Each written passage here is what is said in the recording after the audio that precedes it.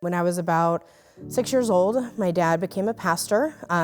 In that experience, there was so much judgment. There was so much, everybody just watching you all the time. There was so much pressure that once I turned 18, I just decided to go away from that church that I grew up in for a while. I found my own church, and even there, it just never felt quite like home for me. And having constantly been judged, what you're doing, who you're with, every little thing, I just was so tired and so exhausted from all of it. At 20, I took a long break from going to church, and then just totally decided to walk away. And when I was 21, I decided to quit my job. I sold my house and I moved to Florida from Arizona. I turned to alcohol and just partying pretty much. I was just out every single night, and did that almost 7 days a week. And at that point, I was just exhausted. I was run down. I was depressed. You name it, I was beside myself. And I honestly, at that point, couldn't figure out why. I felt so sad, so lonely, just almost forgetting what being near Jesus felt like and what having him in my life actually did for me.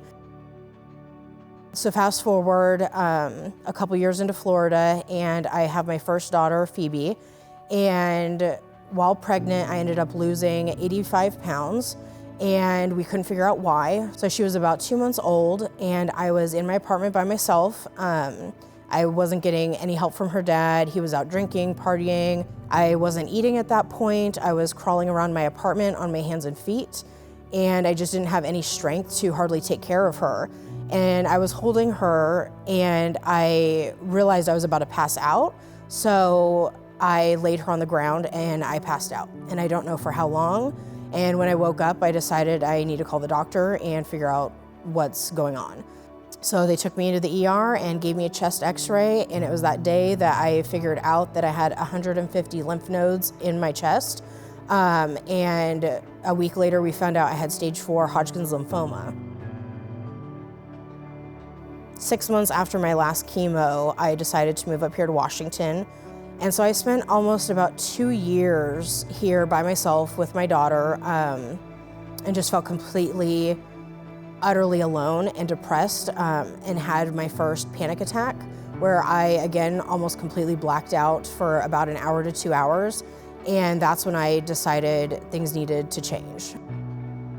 During that time, I met my second daughter's father, and things went well for a while that I had thought, and then he started to become physically abusive. So at that point, I had to flee with both my girls and leave that situation. And that's where I truly found God in that situation. I just told him, I said, I have been doing this for so long on my own and nothing is getting better. It just keeps getting worse and getting worse and getting worse. What do I do? So that was when I just had my moment with him and broke down, and he met me right there where I was at. And so it was about a week later, my mom decided we needed to find a new church where we could make it home. And we looked online and we found Gold Creek. And the very first sermon that I walked into was a God Can series.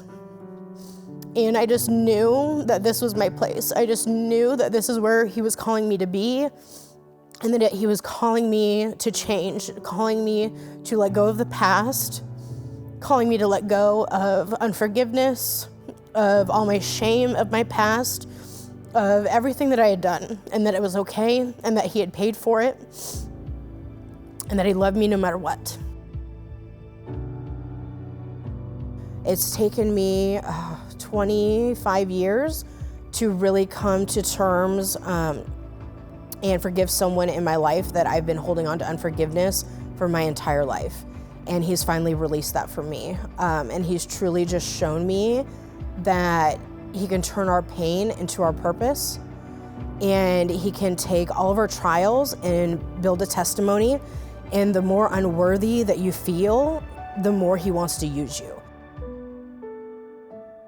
My name is Stephanie, and this is my God Can story.